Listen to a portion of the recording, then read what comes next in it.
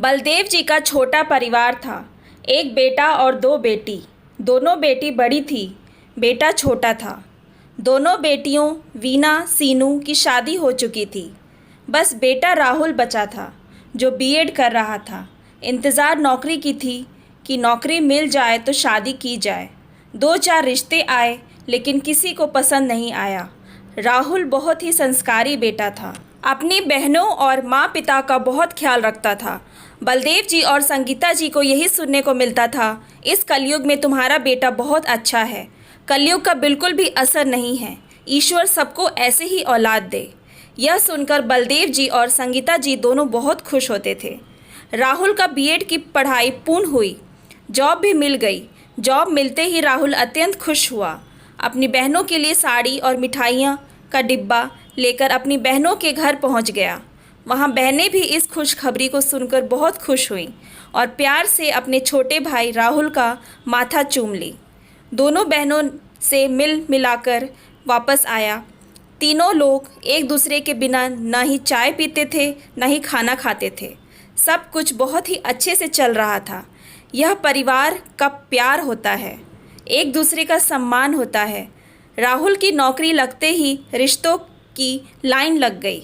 रोज़ कोई न कोई रिश्ता आता था। माँ की इच्छा थी कि नौकरी पेशा लड़की हो तो कर लूँगी। कुछ तो नौकरी पेशा ही थी, कुछ बिना नौकरी की थी। कोई बहुत बड़े घर की, कोई छोटे घर से। खैर, एक रिश्ता माँ पिता को अच्छा लगा। उसी रिश्ते को आगे बढ़ाने के लिए विचार किया। लड़की भी टीचर ही थी, लड़की भी अच्छी थी। एक टीचर के तौर पर सब्र भी था। मीत नाम था। सबने देखा तो यह रिश्ता बहुत पसंद आया। शादी तय हो गई। कुछ महीने बाद शादी हुई। मीत भी अपने मन में बहुत सारे सपनों को संजोए थी।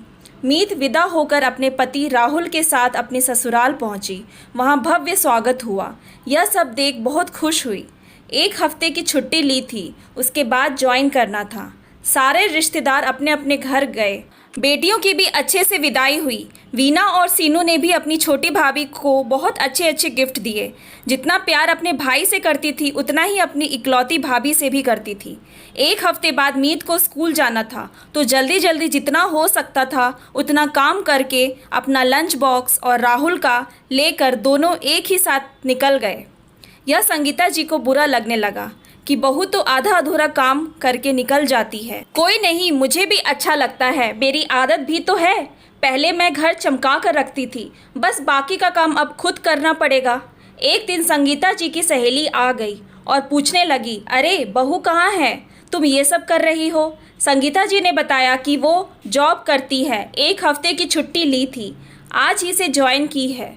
बहुत अच्छी है, जितना हो पाया उतना करके गई है, बाकी मैं कर लूँगी। आखिर आज तक मैं ही तो करती आई हूँ। एक दिन जब मीत वापस आई तो सासू माँ ने बेटे और बहू दोनों को एक साथ बैठाया और बोला, बेटा तुम नौकरी छोड़ दो। लोग तरह तरह की बातें करते हैं कि एक हफ्ते नहीं हुए बहू को नौकरी करा रही है। तब तक मीत को बोलने का मौका ही नहीं मिला। राहुल ने तुरंत माँ को जवाब दे दिया कि मैं कल से एक काम वाली लगा देता हूँ, सारा काम वो करेगी। तो कोई दिक्कत तो नहीं है, अगर नौकरी मिल गई है तो करने दो ना माँ। आप तो देख ही रही हैं कितने लोगों को नौकरी ही नहीं मिल रही है। नौकरी मिलनी बहुत आसान नहीं है, इसलिए करने दीजिए। माँ ने बोला, ठीक है, जैसा तुम सब समझो। राहुल ने अपने पड़ोसी से बात किया और उनकी मेड राहुल के घर काम करने को तैयार हो गई। घर का सारा काम करने का 4,000 मांगी। राहुल ने मंजूरी दे दी। दूसरे ही दिन से कांति मेड घर का काम संभाल ली। सुबह 6 बजे आ जाती थी।